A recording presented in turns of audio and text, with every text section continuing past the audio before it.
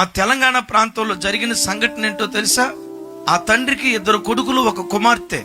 90 సంవత్సరాల వయసు వచ్చింది పెద్ద ఆయనకి. తనకున్న ఆస్తి అంతా కొడుకులకు పంచిపెట్టేశాడు. వృద్ధాప్యం 90 సంవత్సరాల వయసు వచ్చిన తర్వాత అండి, ఆ కన్న తండ్రికి ముద్ద అన్నం పెట్టడానికి కొడుకులో ఒక్కడికి చేయి రాలా, కూతురులో ఒక్కదానికి చేయి రాలా. బాధాకరమైన సంగతి. 4 పిల్లల్లో ఒక్కళ్ళు కూడా తండ్రిని చూసుకోలేకపోయారు. లోకం ఎంత విచిత్రమైందో తెలుసా? ఒక తల్లి 10 మంది పిల్లలను పెంచి పోషించగలుగుతుంది, కానీ 10 మంది పిల్లలు ఒక తల్లిని పోషించలేకపోతారు. వంతులేసుకుంటూ నేను చూడను అంటా ఉంటే, ఆ 90 సంవత్సరాల పెద్ద ఆయన ఏం చేశాడో తెలుసా? ఇంత గౌరవంగా బ్రతికిన నేను వాళ్ళేసే ఎంగిలి మెతుకుల కోసం నేను ఎదురు చూడటమా?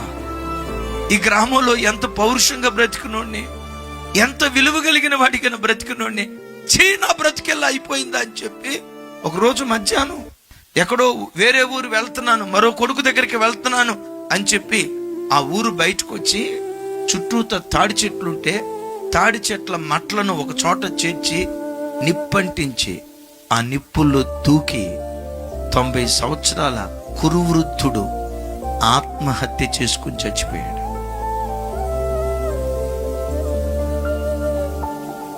ఆత్మహత్య చేసుకొని చచ్చిపోయాడు. ఈ రాత్రి వాక్యం వింటున్న తల్లులారా, దేవుని ప్రతినిధిగా ఒక మాట అడుగుతున్నా. మీ ఇంట్లో వృద్ధాప్యంలో ఉన్న అత్తమామలు సంతోషంగా బ్రతకగలుగుతున్నారు?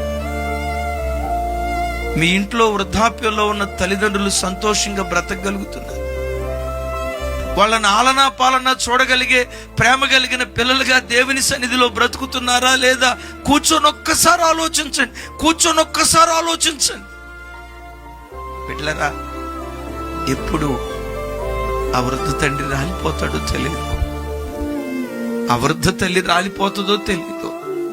బ్రతికున్న దినాల్లోనే ఎంత ప్రేమను పంచగలమో అంత ప్రేమ పంచేవారిగా దేవుని సన్నిధిలో బ్రతుకుదుముగాక.